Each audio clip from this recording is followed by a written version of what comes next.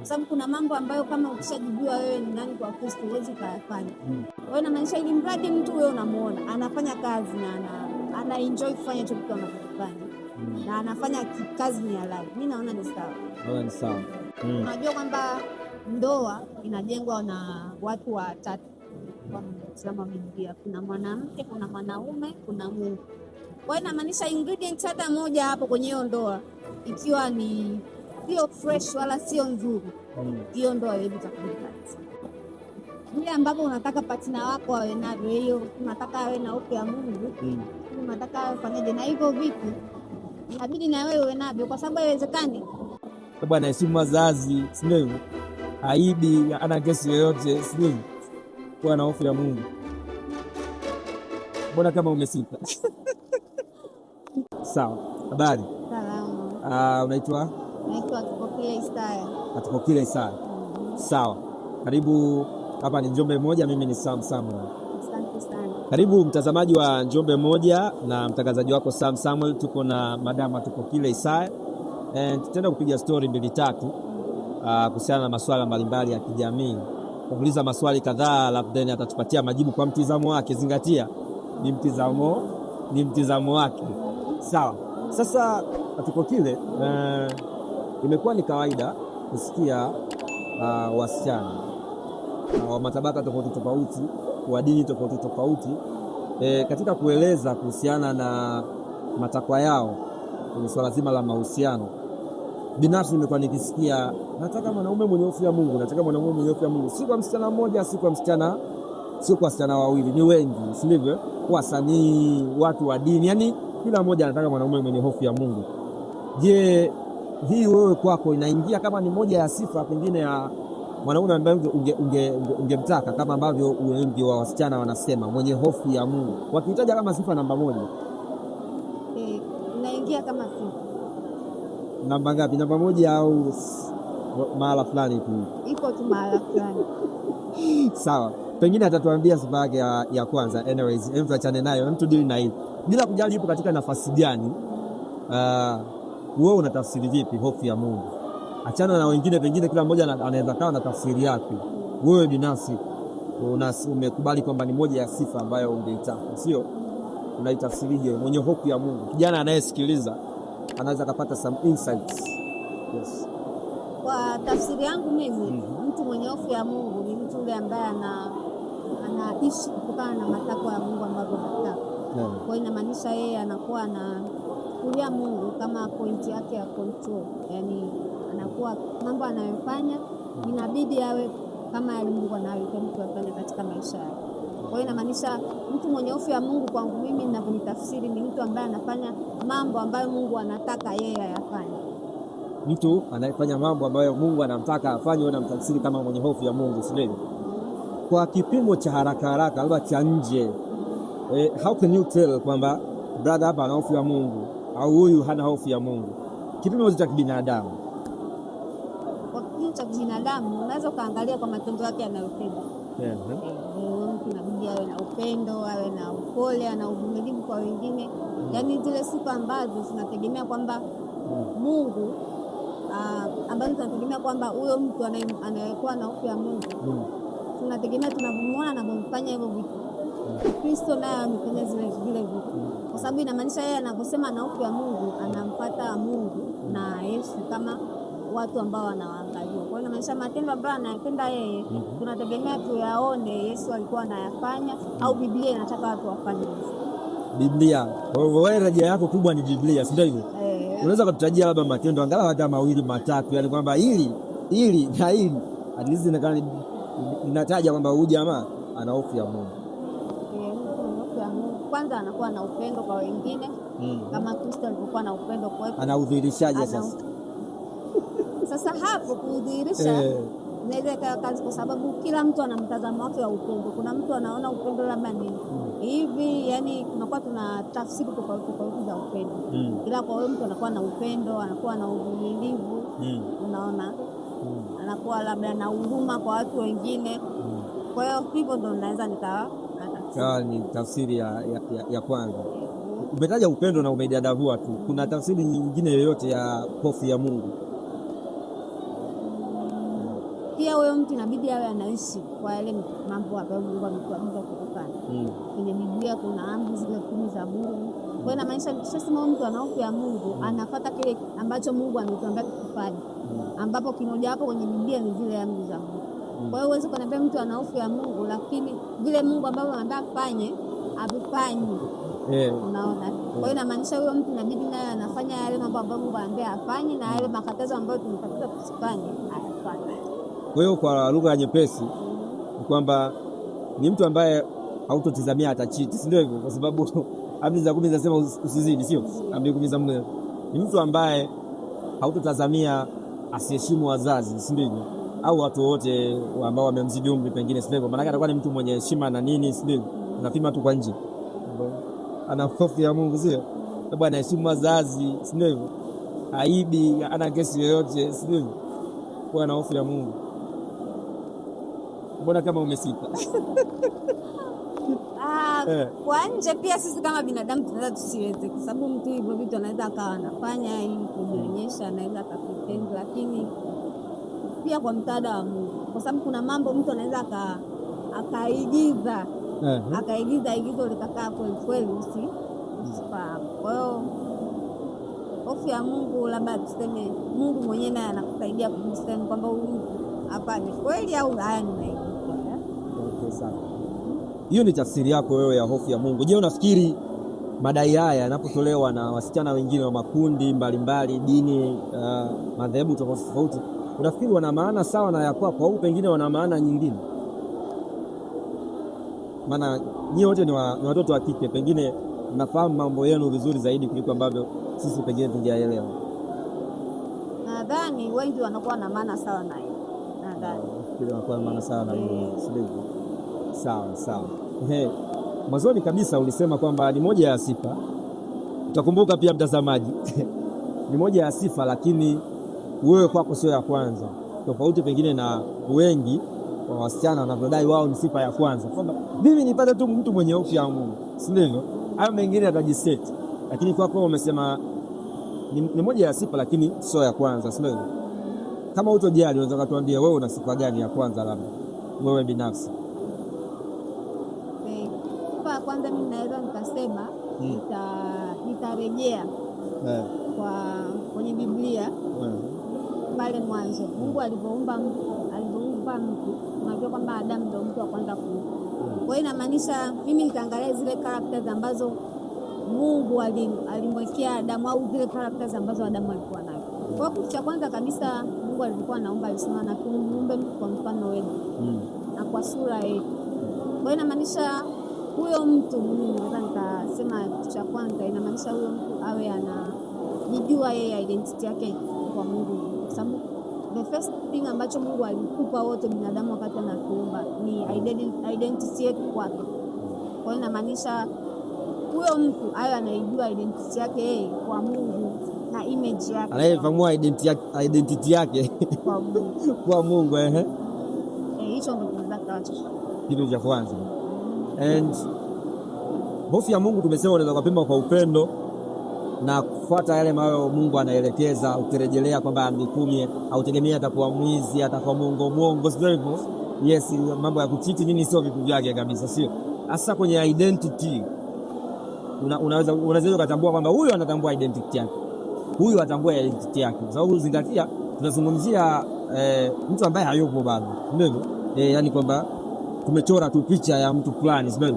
Hayupo. Sasa how can you tell kwamba huyu anafahamu identity yake? Ukirejelea umesema kwamba Mungu alifanya mtu kwa mfano na sura yake, sio? Maana unatarajia ukute mtu ambaye ana mfano na sura ya Mungu, si ndivyo? Kama sijaelewa vizuri utaniambia. Ana mfano na sura. Sasa how can you tell kwamba huyu jamaa anajitambua, anaifahamu identity yake?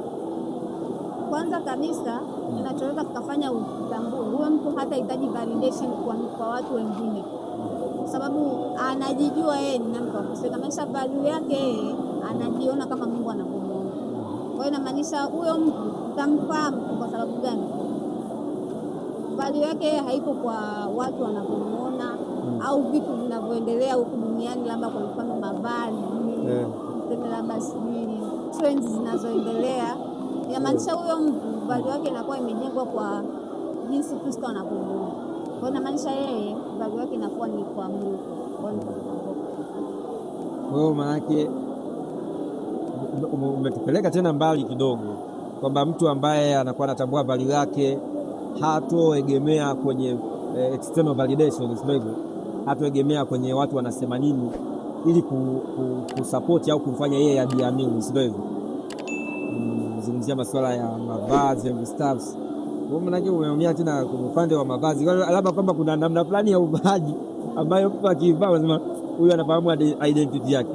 Kuna namna fulani ya uvaaji pengine mtu akivaa anasema huyu afahamu identity yake, au sijakuelewa vizuri? Yaani hapo mimi ninachosemea hata hitaji validation kwa watu wengine nje. Ata value sana kile ambacho Mungu anaona kama Mungu amemuumba yeye ili kwenye maisha yake.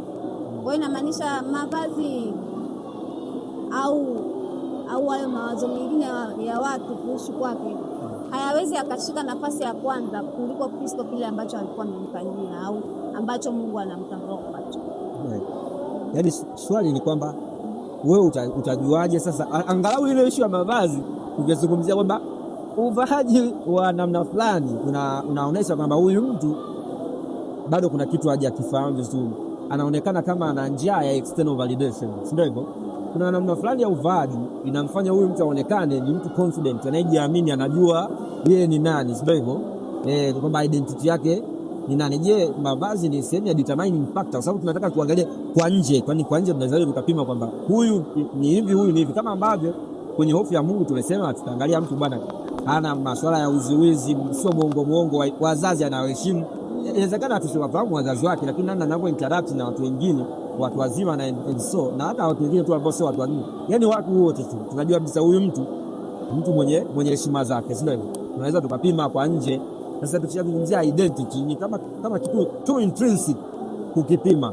Sasa kwa nje, how can we measure mtu ambaye anafahamu identity yake? Sababu ni jambo la ndani sana hilo.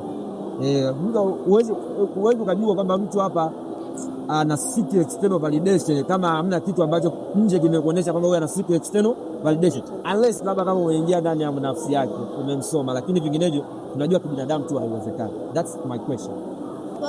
Hapo unaweza ukajua kwa mfano hata maneno yake ni matendo anayofanya. Kuna vitu ambavyo mtu anaweza akafanya ukawa unahisi labda huyu mtu mbona kama anataka kuplease watu zaidi ya kumplease Mungu. Unaona? Kwa hiyo inamaanisha pia matendo anaweza akachangia anapoongea na watu wengine, mambo anayoyafanya, kwa sababu kuna mambo ambayo kama ukishajijua wewe ni nani kwa Kristo huwezi kuyafanya. Kwa hiyo inamaanisha hata matendo unaweza ukaangalia kwa matendo yake anayofanya ukaona this person is still seeking validation from others. Sasa nataka plainly kwamba matendo gani kwa mfano mtu akifanya unajua hapa hamna kitu, huyu jamaa ni muuza sura, lugha rahisi wanasema hiyo, huyu jamaa ni muuza sura, sio hivyo? Au jamaa ana sifa ile shule ya msingi, sio hivyo? Kuna vitu fulani kwa majamaa wengi wanafanya wanasema huyu jamaa anapenda sifa, sio hivyo? Au jamaa ni muuza sura, sio hivyo? Nataka hicho ukisema kama hapo ulivyosema kwenye sifa. Sasa sisi nirudi nyuma zaidi au niendelee? Whatever, wewe rudi nenda, lakini tuelewe. Sisi hapa binadamu Mungu alivyotuumba, kila mtu ana papasi yake ambayo Mungu amemwekea yeye anaweza kufanya zaidi kuliko watu wengine. Kwa hiyo inamaanisha wewe una kitu ambacho unaweza kufanya zaidi kuliko mtu mwingine, na mimi nina kitu ambacho naweza kufanya zaidi kuliko mtu mwingine. Purpose jamani. Purpose inamaanisha kama tukiangalia kwa mfano wa Yesu, yeye tulikuwa tunajua kwamba ni Mungu, na vile vitu alivyokuwa anavifanya, kwa mfano kuponya watu, kutenda miujiza, havikumfanya atake kuboast kwa watu au kutaka sifa. Kwa hiyo inamaanisha akishajua kwamba mimi hichi kitu Mungu amekiweka ndani yangu na naweza, na sio kwa uwezo wangu, inamaanisha huyo mtu hatataka sifa, yani hatajitoa Mungu kwa watu wengine kwamba hichi kitu labda, kwa sababu anajua hicho kitu sio kwa uwezo wake, aliweza kufanya mwenyewe. Kwa hiyo inamaanisha hata mambo ambayo anakuwa anaweza kuyafanya hatafuti sifa, hajisifii. Kwa hiyo mtu anakuwa hajisifii, yani atakusifu, kwa sababu anajua hichi kitu sio kwa uwezo wangu mimi, na hata kama ningekiweza kufanya ni Mungu ndo amesaidia. Sasa katikati ya ulimwengu wa maendeleo ya sayansi na teknolojia, ni kawaida kuona mtu ametenda jambo jema, sio hivyo? Tunaona sana akalipost, sio hivyo? Of which inaweza ikaleta tafsiri mbili tofauti kwa makundi mawili tofauti ya watu, sio hivyo? Mimi wale wengine wanaweza kala labda mtu jamani muuza sura, anapenda sifa, anafanya yeye ndio mwema kuliko wote, sio hivyo? Wengine wakaitazama kama ni inspiration labda kwa wengine kwamba it's doable, inawezekana jamani kufanya ABC, lakini pia kutambulisha kwamba kuna jamii ya watu wengine wanahitaji msaada ABC. Wewe unasimama upande gani? Sasa hapo mimi sitasimama upande wangu kwa sababu ule mtu paka anaposti kile kitu lengo la ndani ya yeye kuposti hicho kitu hatulijui sisi. Kwa hiyo inamaanisha mtu anaweza kawa anaposti kwa malengo mawili. Sana sana kusema labda wale watu ambao wanafahamika au wasanii. Kama mtu anaweza akaposti biashara ya mtu akaitangaza, wewe ulikuwa uifahamu hiyo biashara, akaposti akakushawishi na wewe ukaenda ukafanyaje, ukanunua. Kwa hiyo mtu akiwa ana lengo hilo la kukushawishi kwamba hichi kitu ni kizuri na unaweza ukaona fanya ni sawa. Kwa hiyo inamaanisha kuposti au kujionyesha kwa watu hicho kitu anachofanya kama ni kizuri, sio nzuri wala sio mbaya, inategemea na intention ya yule mtu anayeposti. Kwa akiwa na intention ya kwamba nimeposti hichi kitu ili watu wengine ambao walikuwa hawafahamu kama unaweza ukafanya hichi kitu wakafanya, sawa, ni sawa. Ila sasa kama ameposti kwa malengo ya kujionyesha, hapo ndo kazi ile. Of which mimi na wewe hatujui lengo la yule mtu aliyofanyaje. Hatujui bana. Kwa hiyo inamaanisha lengo anajua Mungu, ila kufanya hivyo mtu akavionyesha sio nzuri wala sio mbaya, inategemea tu na lengo lake yeye mwenyewe alikuwa nalo wapi. Swali. Kwa maana yake still bado hatujapata njia iliyonyooka ya kutambua kwamba huyu mtu anatambua identity yake, kwa sababu if ni kufanya matendo mema na kujionyesha inaweza ikaleta sura zote mbili, isipokuwa mtendaji yeye ndo anaweza akajua. Still bado manake hatujapata mwanya wa kumtambua huyu mtu anatambua identity yake, tofauti na vile mwenye hofu ya Mungu tumeshapata mwanya au mlango huko wazi kabisa wa kutambua huyu mtu ana hofu ya Mungu au hana, si ndivyo? Including heshima kwa wazazi na nini, si ndivyo? Unaweza ukaiteteaje hiyo hoja? Sababu tumesema hatujui, ni swala ambalo alijua yeye mwenyewe, au tutalichukua tu alafu tutathibitisha mbele ya safari kwamba tutalichukua kwa sasa kwa sababu amefanya vile, tukalichukua kwa mtazamo yote miwili kwamba either alikuwa anauza sura au alikuwa anafanya for inspiration, sio hivyo? Lakini tutapoingia tutajua mbele ya safari, je, what's what. Sasa hapo ili kuthibitisha, kwa maana Mungu akasema nitawaachia nani? Roho Mtakatifu. Ukiona kwa akili zako umeshindwa, basi omba Roho Mtakatifu atakusaidia kuona, kwa sababu sisi wenyewe hatuwezi tukajua malengo ya huyu mtu ni mazuri au ni mabaya. Kwa hiyo inamaanisha option hapo iliyobaki ni Mungu mwenyewe kuingilia kati, ambayo ataingilia kati kwa Roho wake Mtakatifu ambaye amesema atakuwa anatuelekeza. Kwa hiyo inamaanisha hapo kilichobakia ni maombi. Ni maombi tu baba watu. Hatuwezi kuelewa ujamaa mwelekeo wake. Kwa maana yake ni sifa ya kwanza ambayo wewe umeiweka, lakini ni bado ni sifa ambayo wewe mwenyewe hauwezi ukaifanyia kazi ya kutosheleza. Unafika sehemu unakwama and you feel that unahitaji Roho Mtakatifu akusaidie kumalizia, sio? Kwa binti ambaye haamini kuhusiana na masuala ya Mungu, wewe unazungumza sababu mtazamo wako and Roho Mtakatifu and stuff, sio? Kwa mtu ambaye yeye haamini kuhusiana na Roho Mtakatifu, uwepo wake au utendaji kazi wake hajui, sio? How can she tell?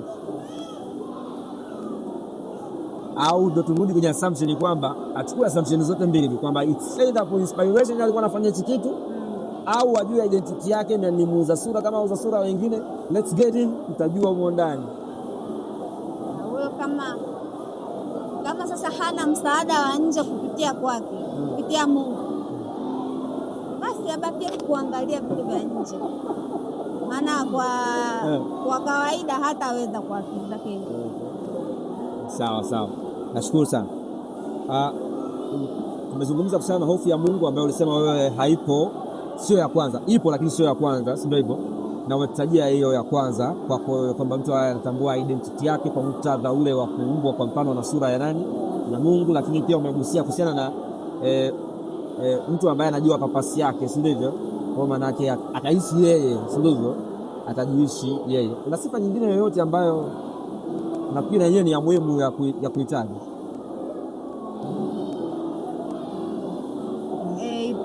Ipi? Fanya kazi. Anyways, ni moja ya sifa ambazo zimekuwa zikitajwa na mabinti wengi na wenye katika makundi tofauti, si ndivyo? Habari za kazi. And hili limekuwa lalamiko la vijana wengi wa kiume kwamba hawataki kwa sababu hatuna funguo tatu, si ndivyo?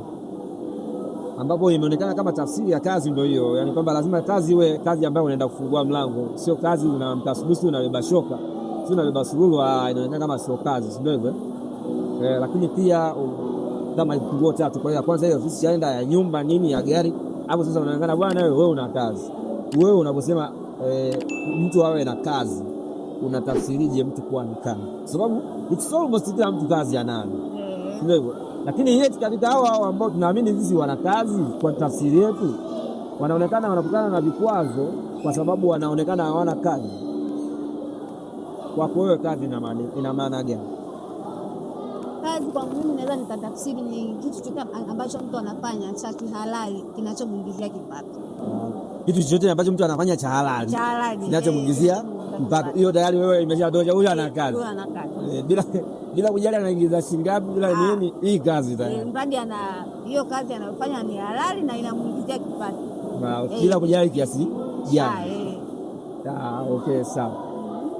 Kwa nini unafikiri au kwa nini una mtazamo huo tofauti na wengi walionao, kwamba wewe unafikiri unaridhika tu na kwamba ana shughuli fulani halali inayomuingizia kipato, it's enough, ndivyo? Kwa hiyo nafikiri ni muhimu kuwa na mtazamo huo tofauti na mtazamo au kasumba ya wengi ya kuamini kazi ni daraja fulani hivi la utendaji ambalo kila mmoja lazima akubali kwamba huyu kazi ana hiyo daraja la utendaji ni hizo kuvuta. Na nasema kwa nini unafikiri kazi kwa mujibu wa tafsiri ambayo umetoa wewe kwamba ni mtu ana shughuli fulani halali kisheria, sivyo, na muongezea nini kipato, tafsiri ambayo ni mara chache sana kukuta msichana anayo anapozungumzia anataka mtu mwenye nini, mwenye kazi. Kasumba iliyopo kwenye jamii, mtu anapozungumzia mwenye kazi mara nyingi watu yani moja kwa moja watu wanalenga kama ni mtu fulani ambaye ameajiriwa au labda ni mkurugenzi wa kampuni fulani, yani mtu hapa anaonekana sasa huyu ana kazi, sivyo? Habari za kusema bwana eti shughuli yoyote halali, na kama zungumzia shughuli yoyote halali inamuingizia mtu kipato, inawezekana huyu mtu ni bodaboda, inawezekana huyu mtu ni saidia fundi, ni halali kusaidia fundi, sivyo? Anapata kipato hata kama ni 3 kwa siku, sivyo? Na kazi zingine ambazo zinaonekana kama ni za chini kwenye jamii, sivyo? Yes, nauliza kwamba unafikiri mtazamo huo una manufaa gani ukilinganisha na mtazamo ambao umeenea kwenye jamii? Mtazamo huu una manufaa kwa sababu gani? Hata huyo aliyokuwa mkurugenzi huko unayemwona akuanza na hiyo stage, kwamba alianza tu kazi akaenda akafikia huko pale. Na tunajua kwamba principles za kazi, kufanya kazi yoyote kwa uhalali na kufanya kazi kwa bidii, utafika tu kwenye haya mambo ambayo unataka, labda unataka nyumba, unataka gari, unataka nini, hivyo vitu vinawezekana.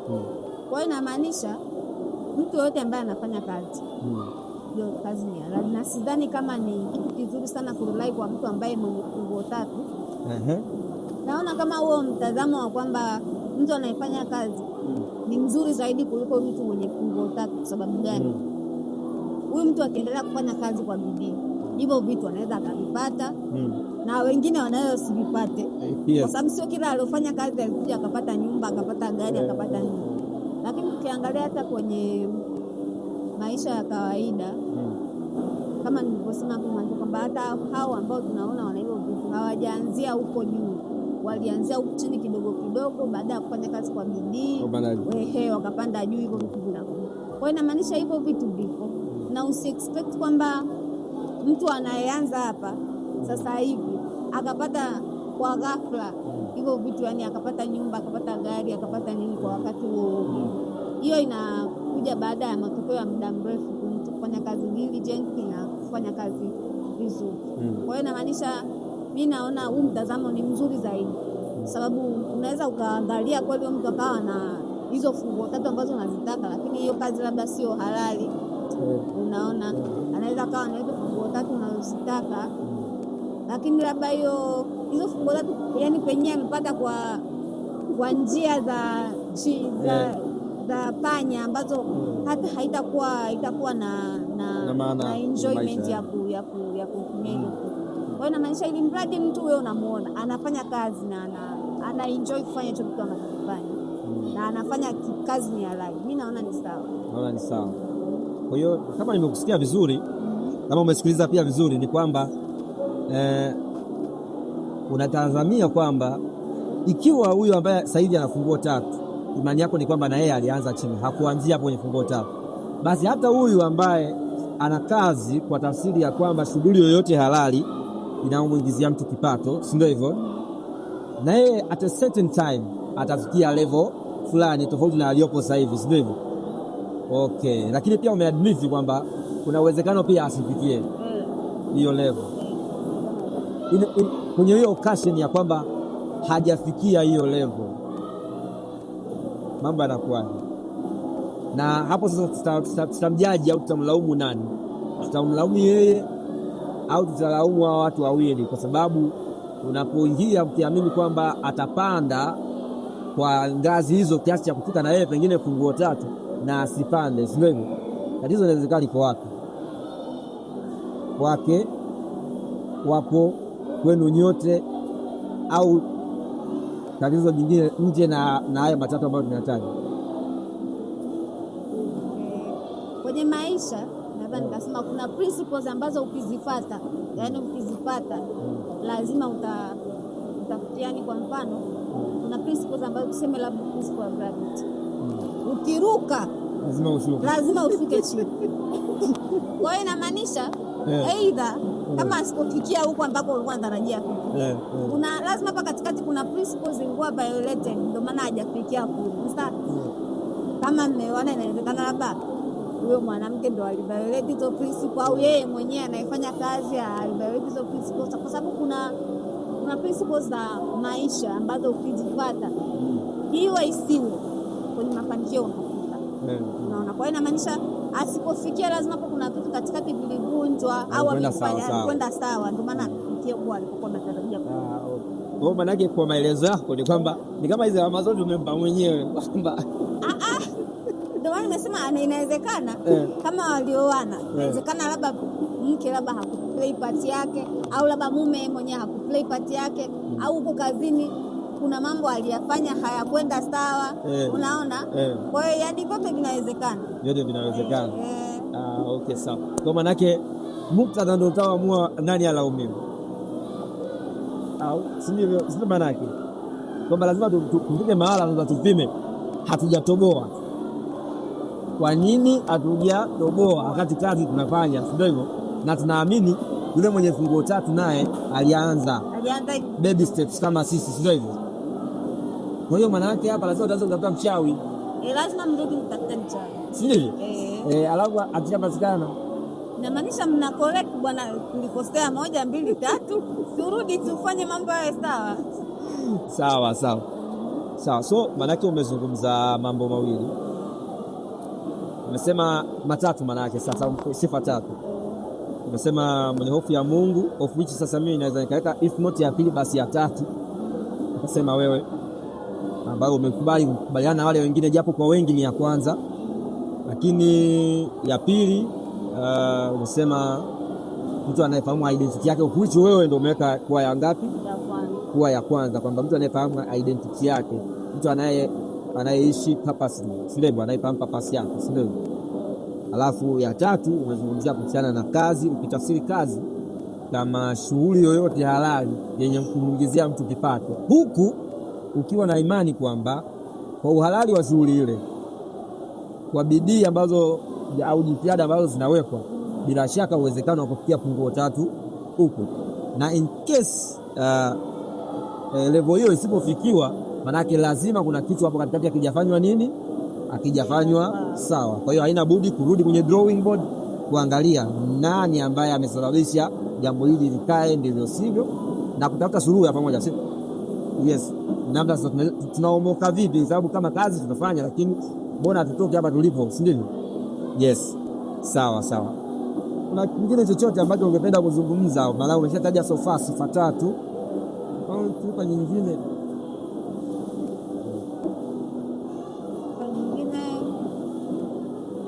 Nikasema huyo mtu inabidi awe anafahamu neno la Mungu.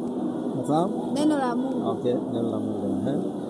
Kweli kwa sababu ukisoma kwenye Biblia inasema yeye ndio kichwa cha familia.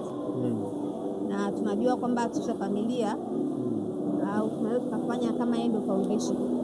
Kwa hiyo inamaanisha yeye anatakiwa awe analifahamu neno la Mungu ili kuguide familia yake katika hilo neno la Mungu. Awe anajua neno la Mungu, analifahamu kwa kulisoma na kwa kuliishi. Hiyo ni tofauti na hofu ya Mungu. Tofauti. Mimi naona ni tofauti. Kwa sababu yani kuwa na kulifahamu na kuliishi ili aweze kufundisha familia yake. Kwa sababu tunajua kwamba baba ndio anatakiwa awe kiongozi wa familia na yeye ndio anakuwa priest wa familia. Kwa hiyo inamaanisha yeye ndio inabidi aelekeze familia yake. Discipline kutokana na nini? Na neno la Mungu. Kwa maana yake kufahamu neno la Mungu, lengo mama hasa likiwa afahamu ili aweze kuelekeza familia, afahamu na kuliishi. Lakini kama haitoshi aweze kuelekeza familia kwenye huo mwelekeo, sio hivyo? Kwa hiyo nafikiri hiyo ni muhimu. Tukihusianisha pia na issue ya hofu ya Mungu, nafikiri ni muhimu ili kukupatia wewe kama mwanamke comfortability ya kwamba anafahamu neno la Mungu, analiishi. Kwa hiyo sina haja ya kuogopa msichana ataniletea mambo yote ndivyo sivyo. Au nafikiri inaweza ikamfaidia yeye binafsi pia. Inaweza kumfaidia yeye binafsi pia kwa sababu tunajua baada ya hapa tunataka tuende tukakae mbinguni. Kuna maisha ya milele. Kwa hiyo inamaanisha hiyo pia itamsaidia yeye kuwa na ukaribu na Mungu. Kwa hiyo destination yetu sio hapa duniani. Tunajua kwamba safari ni ya kuelekea wapi? Mbinguni. Kwa hiyo pia itambisi yeye, itamsaidia yeye, kumsaidia kumfikisha katika safari ya kwenda. Kwa hiyo sio kwake tu yeye mwenyewe, basi anaweza kumbenefit yeye na familia na jamii kwa ujumla, kwa sababu tunajua jamii inatengenezwa na familia, inaanza mtu mmoja mmoja. Kwa hiyo inamaanisha baba akiwepo present kwenye familia, baba akiwa anaweza kuwafikisha familia yake vizuri neno la Mungu. Licha ya kumsaidia yeye mwenyewe, pia inaweza ikasaidia familia, inaweza ikasaidia jamii, hata taifa kwa ujumla. Kwa afahamu neno la Mungu, aliishi, na sio tu kwa sababu ya kwake binafsi, lakini pia kwa ajili ya familia. Lakini kama haitoshi, mbona jamii inaanzia kwenye familia, sio kwa ajili ya jamii nzima, sio na taifa na ulimwengu tuseme kwa ujumla wake, sio? Lakini mwisho wa siku imani ya kwamba kuna maisha baada ya maisha ya dunia, sio? Inafikiria msimali kuhusiana na mwelekeo huo. Kwa hiyo kumbe sio takwa la kibinafsi kwamba awe hivi ili anifae mimi, sio? Kwa hiyo wengi wanaweza kuwa na mtazamo huu. Hata ile hofu ya Mungu tunasema awe na hofu ya Mungu, lakini kumbe msisitizo ni takwa la kibinafsi ili tu mimi niwe at ease, au mwanamke awe at ease kwamba sina hofu, huyu jamaa yuko proper, amenyoka, kwa sina haja ya kumhofia, najua hata ni chiti, najua anaheshimu wazazi, atapenda wazazi wangu and stuff. Sio? Okay, sawa. Mimi nikushukuru sana kwa hizo sifa 4 sasa zimetajwa. Ya kwanza kwa kipaumbele chako, ya kwanza ni mtu ambaye anafahamu identity yake. Ya pili ni mtu mwenye hofu ya Mungu, sio hivyo? Then kazi, lakini pia afahamu neno la Mungu na asije tu kulifahamu, aliishi, sio hivyo? Yes. Una nini cha kumwambia binti mwingine ambaye anapata nafasi ya kukusikiliza, sio hivyo, na mwenye mtazamo tofauti kuhusiana na masuala haya, au mwenye vipaumbele tofauti, na pengine kwa nini wewe uliweka hiyo kuwa ya kwanza, hii iwe ya ngapi? Binti mwingine mimi naweza nikamwambia vile ambapo unataka partner wako awe navyo, hiyo unataka awe na hofu ya Mungu, lakini unataka awe fanyaje na hivyo vitu, inabidi na wewe uwe navyo, kwa sababu haiwezekani huyu mtu ana hofu ya Mungu, anafanya kazi, anajifahamu yeye identity yake kwa Mungu ni anajua neno la Mungu, na alafu wewe uko exact opposite. Asante. Uko exact opposite na hiyo. Unajua kwamba ndoa inajengwa na watu watatu kwa mtazamo wa Biblia. Kuna mwanamke, kuna mwanaume, kuna Mungu. Kwa hiyo inamaanisha ingredient hata moja hapo kwenye hiyo ndoa ikiwa ni sio fresh wala sio nzuri, hiyo ndoa haiwezi kufanya kazi. Kwa hiyo inamaanisha unachohitaji mwenzako awe na wewe unatakiwa uwe hivyo. Kwa hiyo ukitaka mtu mwenye hofu ya Mungu, wewe mwenyewe una hofu ya Mungu. Unataka mtu anayefanya kazi, wewe unafanya kazi. Sababu nyewe wote mnakuwa mmekutana kwa lengo la kujenga familia. Kwa hiyo mimi naona hii fakta ya Mungu na fakta za kazi usilemee tu kwenye upande mmoja. Ndio kwa hiyo hakikisha zile fakta ambazo unamhold mwenzako kwazo na wewe unajipima nazo kwanza, unaona hichi kweli mimi nafanya, alafu unatafuta na mtu mwenye zile vitu ambavyo unavihitaji wewe. Okay, sawa. Kwa hiyo msisitizo wa mwisho uliowekwa ni kwamba unapotafuta mtu sahihi usisahau na wewe kujijenga kuwa mtu sahihi, sivyo? Katika nyanja zote, sivyo? Kama unataka awe na kazi, manake na wewe kazi iwe mwenye hofu ya Mungu, wewe una hofu ya Mungu, sivyo? Unafikiri kuna madhara gani yanaweza katokea ambapo mtu anaweza kawa anatafuta kitu ambacho yeye sicho? Yaani kwa mfano ndio hiyo kwamba anatafuta mwenye hofu ya Mungu wakati yeye hana hofu ya Mungu. Anatafuta sijui mtu ambaye anafahamu identity yake, yeye hafahamu identity yake. Nafikiri kuna madhara yoyote yanaweza katokea, au jambo gani baya linaweza likatokea, au matokeo ya mtazamo huo ni yetu? Kwanza mimi ninachoamini kutokana na wanasaikolojia wanasema kwamba you attract what you are. You attract what you are. You attract what you are. Kwa hiyo inamaanisha unaweza ukawa inatokea mara chache sana ukiattract the opposite side ambayo wewe unakuwa nayo. Kwa hiyo inamaanisha mara nyingi huwa unavutiwa na wale watu ambao wanafanya vitu ambavyo na wewe unavifanya. Lakini kwa mfano ikatokea mmoja ana qualities hizi, mwingine hana qualities hizi, completely opposite, maelewano hapo inakuwa shida, sababu mnakuwa hamna maana moja ya vitu mnavyoelewa. Na ili labda tuseme mahusiano yoyote yanaweza kuwa kwenda aidha ni ya urafiki, aidha ni ya wazazi, lazima kuwa kuna makubaliano. Mimi maana yangu ya hichi kitu ni hichi na wewe maana yako ni hichi. Kwa hiyo inamaanisha ikitokea tuna definition tofauti za vitu, hata huo uhusiano unakuwa kuendeleza nchi. Kwa hiyo inamaanisha lazima unachokiamini wewe na mimi nakiamini, au unachokijua wewe hata kama huyu mwenzako akijua akafahamu akakielewa, ili mwe mna maana sawa, muweze mkaenda, kwa sababu inawezekana mmoja anaenda mbele, mwingine anamvuta mwenzake wapi, wana move kwenye direction tofauti kabisa. Kwa hiyo inamaanisha hapo hakutakuwa na maendeleo wala hakutakuwa na mapatano, itakuwa ni ugomvi kila siku, itakuwa hamna maelewano. Kwa hiyo inamaanisha hakikisha unatafuta na wewe unakuwa hicho usitafute kitu ambacho wewe unaona kabisa hicho kisiwezi kufanya. Okay, sawa. Nakushukuru sana. Asante sana. Nikushukuru sana mtazamaji wetu.